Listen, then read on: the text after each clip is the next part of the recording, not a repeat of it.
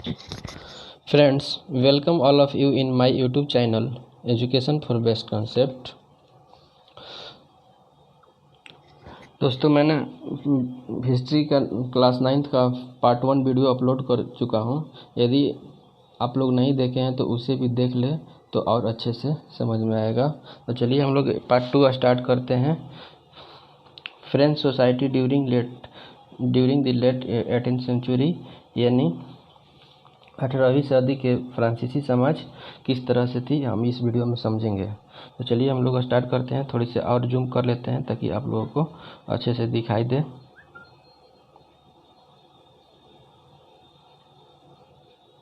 तो ठीक है दोस्तों, चलिए हम लोग स्टार्ट करते हैं।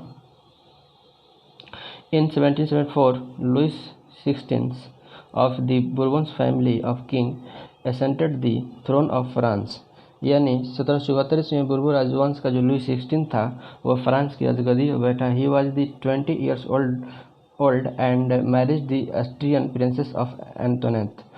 वह 20 साल का था जब ऑस्ट्रिया का जो प्रिंसेस थी मैरी एंटोनेट के साथ शादी किया। Upon his accession the new king found an empty treasury, यानी जब वह राजगद्दी पर बैठा था तो उसका राजकोष जो है वह खाली पड़ा हुआ था, उसमें कुछ पैसा वैसा नहीं था। Long years of war has drained the financial resources of France. लंबे समय युद्ध चलने के कारण जो फ्रांस के फाइनेंशियल रिसोर्स था, यानी वित्तीय जो रिसोर्स थी, इनकम थी, वह खराब थी। Added to This was the cost of maintaining an extravagant court at Eminence Palace of Versailles, यानी वर्साई के विशाल महल और राज दरबार की शान शौकत बनाए रखने की फिजूल कर्ज जो है मेंटेनिंग करने के लिए फिजूल एडेड जो कॉस्ट था, फिजूल खर्च था, वह अलग से ही था। इतना मतलब कि कर्ज होने के बाद भी जो शान शौकत का खर्च जो है उतना ही था। तो दोस्तों, Under Louis XVI, France helped the 13 American colonies to gain their independence from the common enemy Britain। यानी दोस्तों, जो लुई 16 था कि उसी के शासनकाल में फ्रांस के जो 13 कॉलोनीज थे, यानी 13 उपनिवेश थे, उन्हें मतलब उनके साथ मिलकर, मतलब अमेरिका के साथ मिलकर ब्रिटेन से आज़ाद करने में सहायता दी थी। दोस्तों, ये जो है ब्रिटेन जो है उस एक समय हम लोग की भी देश पर मतलब कि राज कर रहा था और अमेरिका पर भी उन लोगों का शासन जमाया हुआ था। तो लुई 16 जो था वो अमेरिका के साथ मिलकर अमेरिका के 13 उपनिवेशों के साथ इसे स्वतंत्रता दिलाई।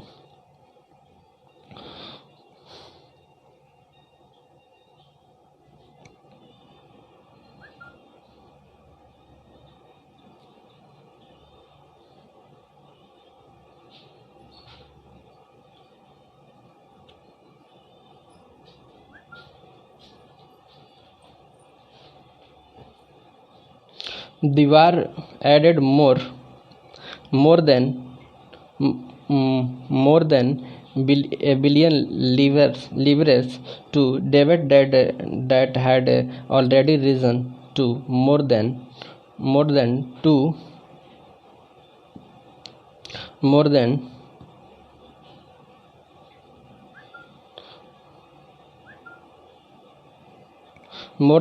billion livres। यानी जो देखिए क्या हुआ था कि उस समय इस युद्ध के चलते मतलब फ्रांस पर 10 अरब लिब्रे से भी अधिक का कर्ज हो गया। इस युद्ध के कारण मतलब कि और अधिक कर्ज हो गया फ्रांस पर, लेकिन पहले से ही 2 अरब लिब्रे का से मतलब उससे अधिक कर्ज था। और क्या हुआ कि वहाँ के जो गवर्नमेंट थी, लीडर थे, मतलब नेता लोग जो थे, तो lenders who gave the state credit now began to charge 10% interest on loan.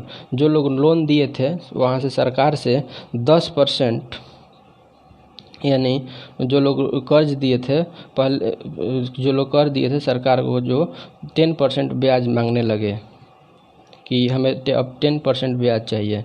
So the France government was obtained to spend an increasing percentage of its budget on interest payments alone. यानी इसके फलस्वरूप क्या हुआ कि France सरकार दी France government, यानी इसके फलस्वरूप फ्रांसीसी वहाँ की सरकार थी, अपने बजट का बहुत बड़ा हिस्सा, मतलब बहुत बड़ा हिस्सा दिनों दिन जो बढ़ते जा रहे थे कर्ज, वो चुकाने पर मजबूर थी कि उससे पहले हम कर्ज चुकाएं। To meet its regular expenses such as the cost of maintaining an army, the court running government office or universities, the state was the first to increase tax। यानी दोस्तों क्या हुआ था कि दिनों दिन जो बढ़ते जा रहे थे कर्ज को चुकाने पर मजबूर थी, और अपने अनियमित खर्चे जैसे कि सेना पर खर्च, ठीक है, अपने आर्मी पर खर्च और सरकारी कार्यालयों जैसे राज दरबार और विद्यालयों को चलाने के लिए फ्रांसीसी सरकारों में करों को बढ़ाने के लिए बाध्य हो गई कि कर को बढ़ाएंगे तभी न कर चुका पाएंगे। और इतना कुछ करने के बाद भी मतलब कर्ज के लिए कम था।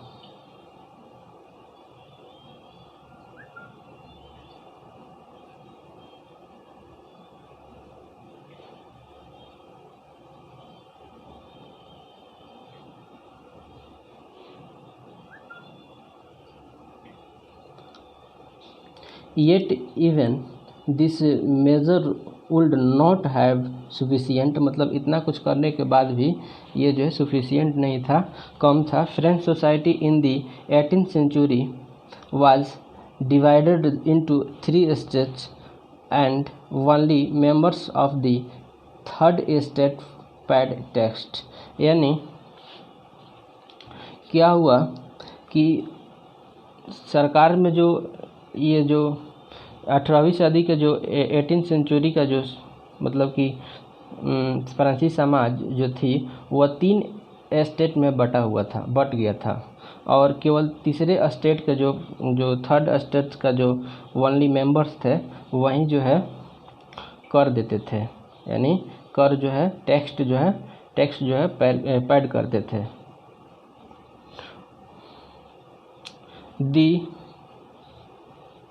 The society of each state was part of the feudal system that dated back to the Middle Age।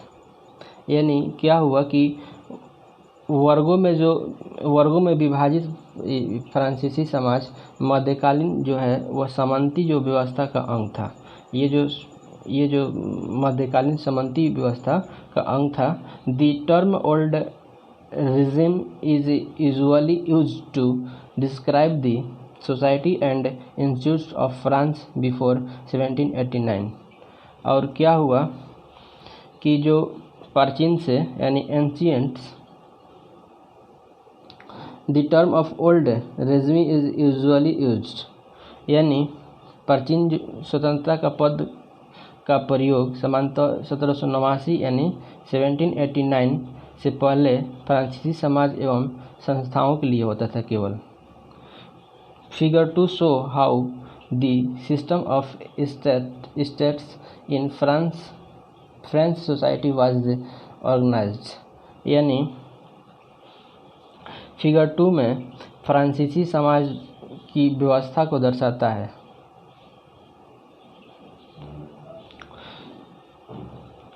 Peasants made up about 90% of the population। यानी वहाँ पूरी आबादी में लगभग 90% जो थे वो कौन थे? पेजेंट थे। पेजेंट मीन्स यहाँ किसान हुआ, तो वहीं जो थे वो 90% थे। However, only a small members of them owned the land they cultivated। और लेकिन क्या हुआ कि जमीन की भी जो मालिक थे, किसानों की संख्या बहुत कम थी। मतलब वैसे किसान बहुत कम थे जिनका ज़मीन ज़्यादा है।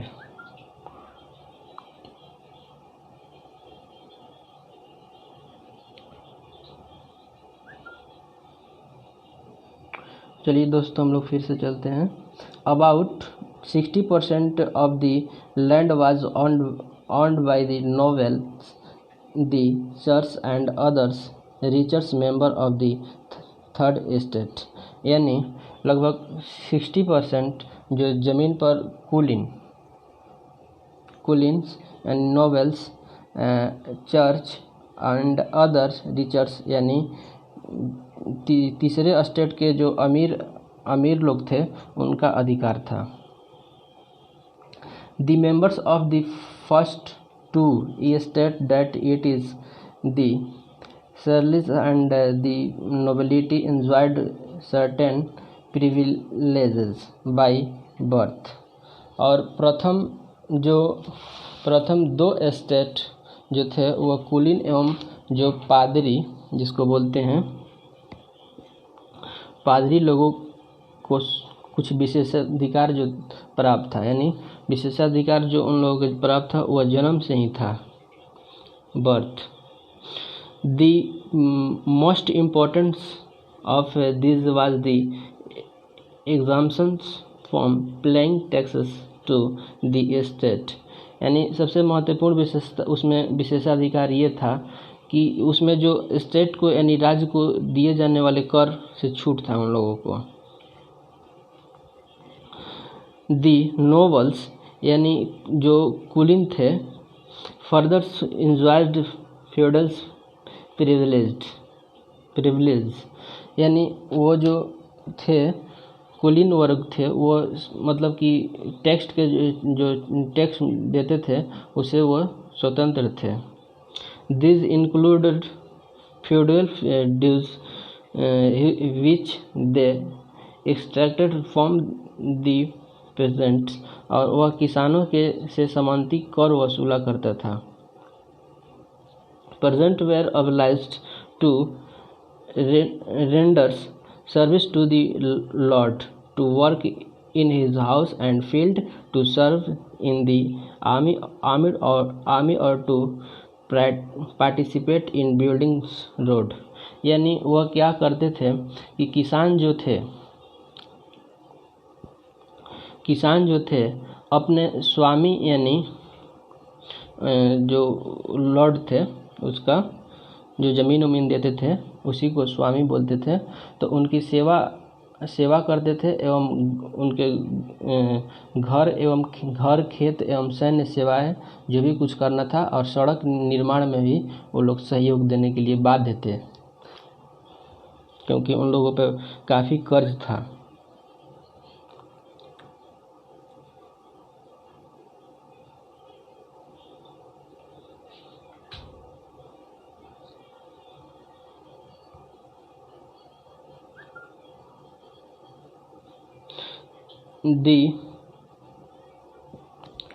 The church too extracted its share of tax called threshes from the peasants, and finally all members of the third estate had to pay tax to the state।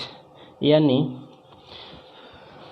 Church भी किसानों से कर का एक हिस्सा जिसको बोलते हैं टाइद जो एक धार्मिक कर था के रूप में वसूला करता था। चर्च जो एक धर्म का केंद्र था इसलिए एक कर था यानी टैक्स था जिसको बोलते हैं टाइद, वह एक धार्मिक कर था जो किसानों से वसूलता था। This included a direct tax called tithe and number of direct taxes which were leased in on articles of everyday consumption like salt और tobacco। यानी जो इन कर था, इन करों में जो टाइल जिसको बोलते हैं ये डायरेक्ट टैक्स था यानी प्रत्यक्ष कर था, और अनेक जो प्रत्यक्ष कर थे जो उन्हें चुकाने पड़ते थे। अब प्रत्यक्ष कर जैसे था इनडायरेक्ट जो टैक्स था, तो इनडायरेक्ट जो टैक्स था वो जो है नमक और तंबाकू यानी साल्ट और टोबैको जैसी रोज़ उपयोग की जाने वस्तुओं पर लगाया था। The burden of financing activities of the state through tax was borne by the third estate alone। यानी इस प्रकार के राज्य के जो वित्तीय कामकाज का बोझ करों के माध्यम से जनता वहन करती थी। तो दोस्तों, मैंने एक चैप्टर पूरा जो है कंप्लीट कर दिया है, और जहाँ तक की बात है कि इसमें थोड़ी बहुत मिस स्पेल्ड हुआ होगा तो आप लोग थोड़ा देख लीजिए, क्योंकि मैंने थोड़ा सा तेज़ी में वीडियो बना दिया है। और इसमें कुछ जो है इम्पोर्टेंट चीज़ न्यू वर्ड्स बता देता हूँ।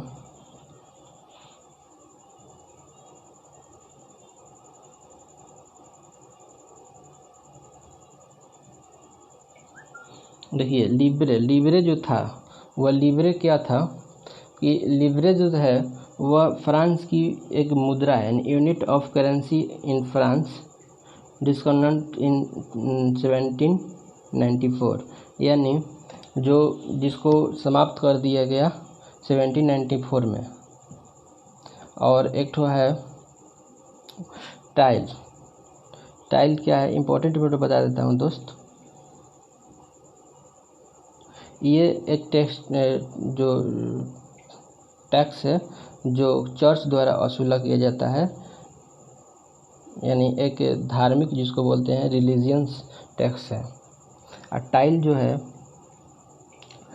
जो है सीधे राज्य के द्वारा जो है सीधे मतलब डायरेक्टली ये जो है स्टेट द्वारा वसूला जाता है। तो दोस्तों, मैंने ये पूरा वीडियो कंप्लीट कर दिया है, और आप लोग जो है इसको बढ़िया से 2 बार 3 बार पढ़िए और इसको अच्छे से देखिए, और मैं अगला जो है वीडियो बहुत जल्द लेकर आऊँगा। देखने के लिए धन्यवाद।